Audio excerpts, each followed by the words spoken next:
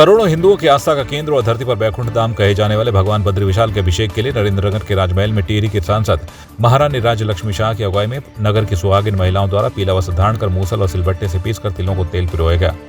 उसके बाद तिलों के तेल को गाड़ू घड़ा कलश में परिपूरित कर महाराजा मनुजेंद्र शाह ने बद्रीनाथ से आए डिमर समुदाय को सौंपा। ये तेल 6 महीनों तक भगवान बद्री विशाल के अभिषेक में प्रयुक्त किया जाएगा। उत्तराखंड का बड़ा सौभाग्य है कि हमारे यहाँ इतने बड़े बड़े देवताओं का आशीर्वाद कहा जाता है और इस बात को हमारे लोगों को भी समझना चाहिए और इसी तरह से हमारे लोगों को भी आगे बढ़ना चाहिए, काम करना चाहिए। जो भगवान का आशीर्वाद है उसको अच्छे ढंग से आगे करें। बहुत ज़रूरी है आज के दिन में सभी लोग मिलकर करें, सब भगवान का आशीर्वाद है। अनादिकाल से परंपरा चल रही है। ये जगतगुरु शंकराचार्य जो हमारे आदि जगतगुरु शंकराचार्य हुए हैं उनके समय से ये परंपरा चल रही है। जब से बद्रीनाथ धाम के मंदिर की व्यवस्था राज परिवार के द्वारा देखी जा रही थी, तब से ये परंपरा चली आ रही है। और जो भी राजगद्दी में जो महाराज होते हैं उनकी जन्म कुंडली से भी इस दिन का जो है अवलोकन किया जाता है। और राज परिवार की जो प्रथम महिला महारानी होती हैं उनके सानिध्य में सुहागिन महिलाएं आकर के अपने हाथों से उपवास लेकर के, ये अभी तक कुछ खाती पीती नहीं है, ये व्रतधारी होती हैं और अपने हाथ से ये तेल निकालती हैं और इस तेल को फिर पकाया जाता है। इसमें अनेक प्रकार की औषधियाँ डाली जाती हैं और संध्या के समय 8 बजे बद्री विशाल भगवान का यहाँ पे विशेष भोग बनता है। भगवान बद्री विशाल की विशेष पूजा होती है और 1000 बत्तियों के द्वारा भगवान बद्री विशाल की और जो गाड़ू कलश होता है उस कलश की पूजा होती है कि इसके बाद हम इसको बद्रीनाथ धाम में ले जाएंगे और भगवान बद्री विशाल का जो नित्य अभिषेक होता है, अभिषेक के उपरांत उसमें भगवान पे पिरोया जाता है। लेकिन लग रहा है आपको इतना छोटा घड़ा होगा, लेकिन भगवान की वहाँ पे ये मान्यता है और एक शक्ति है जिसको हम बोलते हैं, चमत्कार भी बोल सकते हैं। वो तेल बढ़ते ही जाता है और 6 महीने तक हम उसका उपयोग करते हैं और भगवान पे वो नित्य उसका लेपन किया जाता है।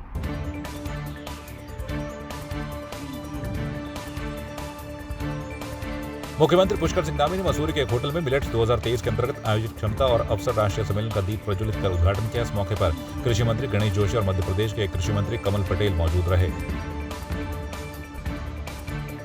आदरणीय प्रधानमंत्री मोदी जी के नेतृत्व में पूरी दुनिया को दिशा देने वाला भारत बन रहा है, जहां एक तरफ G20 की अध्यक्षता हमारे देश को मिली है और उसके सफल आयोजन हो रहे हैं, वहीं माननीय प्रधानमंत्री नरेंद्र मोदी जी के आह्वान पर संयुक्त राष्ट्र ने इस वर्ष को मिलेट वर्ष के रूप में घोषित किया है और लगातार देश के अंदर जो मिलेट हमारा परंपरागत रूप से उत्पादित होने वाला अन्न है, श्री अन्न है, उस अन्न का लगातार कहीं ना कहीं प्रोत्साहन भी हो रहा है, लोगों को मार्केट भी मिल रही है और जो गरीब लोग जिस अन्न का उत्पादन आसानी से सदियों से करते आए हैं उसको अब तेज़ी से प्रोत्साहन मिला है और उसको लेकर यहाँ पर 3 दिन का ये मिलेट कॉन्फ्रेंस आयोजित हुई है।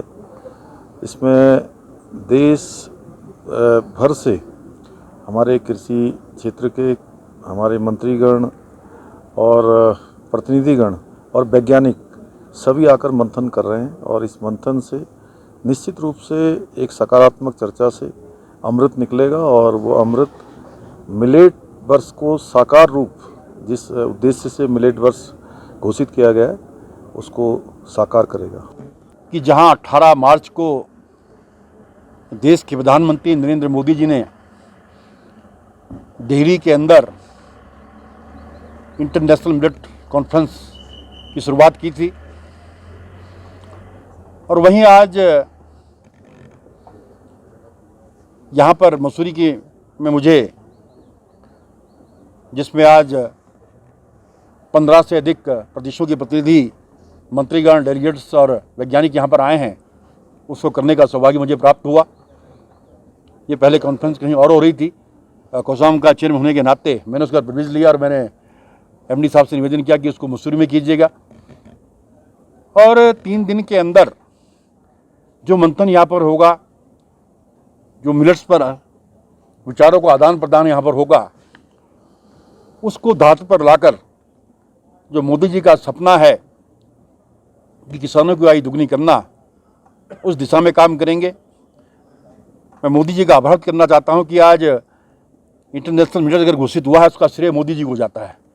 ये यूएनओ के अंदर आपने प्रस्ताव रखा तो 72 देशों ने इसका समर्थन किया था और दिल्ली के अंदर उस कॉन्फ्रेंस के अंदर 140 देश के डेलीगेट्स वहाँ पर थे, मंत्रीगण वहाँ पर थे।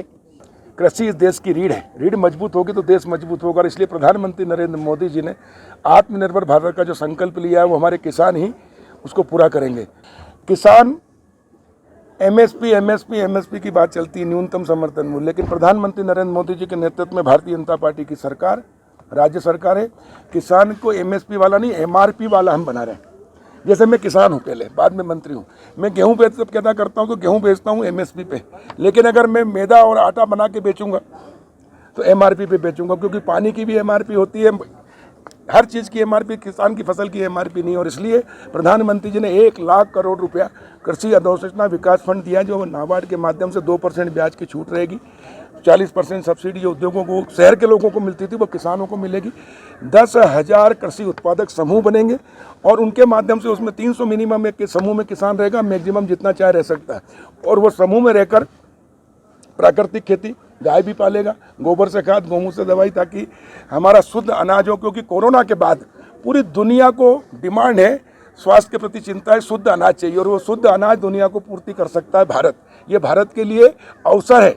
और मोदी जी जब कहते हैं ना कोई भी संकट आता है तो उसको अवसर में बदलो, तो कोरोना का जो महामारी थी उसको अवसर है हमारे लिए। ये है कि पूरी दुनिया को हम ये श्री अन्न और हमारा प्राकृतिक और जैविक खाद्यान्न हम दुनिया को निर्यात कर सकते हैं, हमारे देश के लोगों को स्वस्थ रखने में आएगा।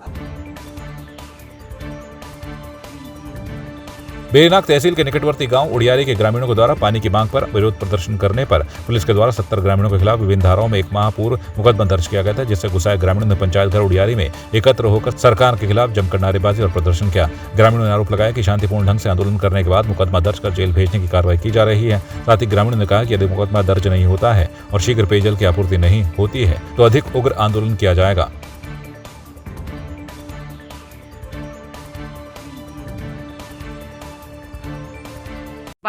मार्च को यहाँ पर हमने पानी के लिए धरना प्रदर्शन दिया था, उड़ियारी गांव के सभी ग्रामवासियों ने, महिलाओं ने, पुरुषों ने, और उस पर हमने कोई भी शांतिपूर्वक हमने धरना प्रदर्शन किया था। कोई भी हमने विघ्न बाधा या कोई उपद्रव कार्य नहीं किया था, कोई सरकारी संपत्ति पर कोई हानि नहीं की थी। 1 घंटा सिर्फ हम पानी के लिए रोड में बैठे थे और आधी रोड खाली थी, वहाँ पर पुलिस प्रशासन आई थी और कोई भी जिले का या ब्लॉक का कोई प्रशासन यहाँ पर नहीं आया था और हम लोग शांतिपूर्वक उठ गए थे यहाँ से।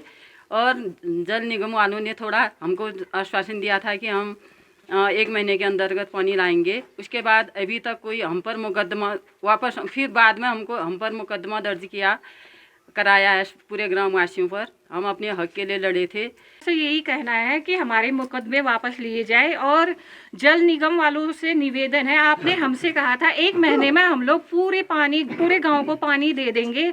अभी तक ना पानी आया है, ना पाइप बिछ रही है और ना मुकदमे वापस हुए। तो मैं सरकार से और जल निगम से कहती हूँ जल्दी से जल्दी हमारे गाँव में पानी पहुँचाया जाए और हम पर हुए झूठे मुकदमे सारे वापस लिए जाए। जागेश्वर मंदिर प्रबंधन समिति की बैठक जिलाधिकारी वंदना की अध्यक्षता में कलेक्ट्रेट में आयोजित हुई। इस दौरान जागेश्वर धाम मंदिर की सभी व्यवस्थाएं पारदर्शी और सुलभ बनाने और पर्यटकों के लिए सुविधाओं को बढ़ाने जैसे अनेक मुद्दों पर चर्चा की गई। वहीं जिलाधिकारी ने कड़े शब्दों में मंदिर परिसर में अनैतिक रूप से कब्जा करने वालों और श्रद्धालुओं की अनैतिक पर्ची काटे जाने वालों के विरुद्ध कानूनी कार्रवाई को निर्देशित किया है।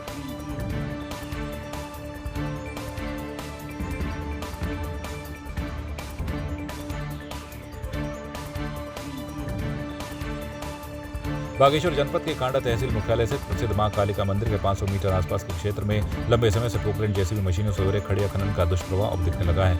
आदि शंकराचार्य द्वारा स्थापित कालिका मंदिर का एक हिस्सा नींव पर दरार आने से झुकने लगा है और मां काली की मूर्ति भी करीब 2 इंच खिसक गई है। वहीं जिलाधिकारी ने आश्वस्त किया कि सुरक्षा उपाय करने के साथ ही और भूवैज्ञानिकों से जाँच कराई जाएगी। कारण मैं तो यही मान रहा हूँ कि ये जो खुदानें हो रही हैं इसकी वजह से, खड़िया खुदान हो रही है इसकी वजह से, क्योंकि ज़मीन पर ये मशीन लगती है, वाइब्रेशन करती है और बहुत नज़दीक है, पहाड़ी एरिया है। 100 मीटर बोलते हैं, पहाड़ी एरिया में 100 मीटर का सवाल नहीं होता। अगर पहाड़ी की जड़ को खोद दिया जाएगा वो जगह तो लेगा ही भी। अभी बारिश आएगी उसके बाद वो अब उसने जगह लेनी है। हमने अपनी तरफ से प्रशासनिक तक जहाँ तक हमारी पहुँच रहते हैं वहाँ तक हमने अपना ये बता दिया है और पब्लिक भी देख रही है। पब्लिक लोग यहाँ पर देख रहे हैं कैसा हो रहा है, क्या हो है, और यहाँ पर आप लोग भी आए, आप लोग ने भी देख लिया। माइन है, उसकी वजह से जो हमारे कालिका मंदिर में कुछ दरारें दृष्टिगत हुई हैं और कुछ गैस गोदाम के पास भी दरारें दृष्टिगत हुई है। प्राइमा फेस से जब उसका सर्वे कराया गया भूवैज्ञानिक से, तो उन्होंने माना है कि ये दरार कहीं ना कहीं माइन का रिपरकशन है। तो इमीडिएट इफेक्ट से हमने मशीनों को बंद करने की एकदम चेतावनी निर्गत कर दिया। मशीनों को तो इमीडिएट इफेक्ट से बंद करा दिया गया है।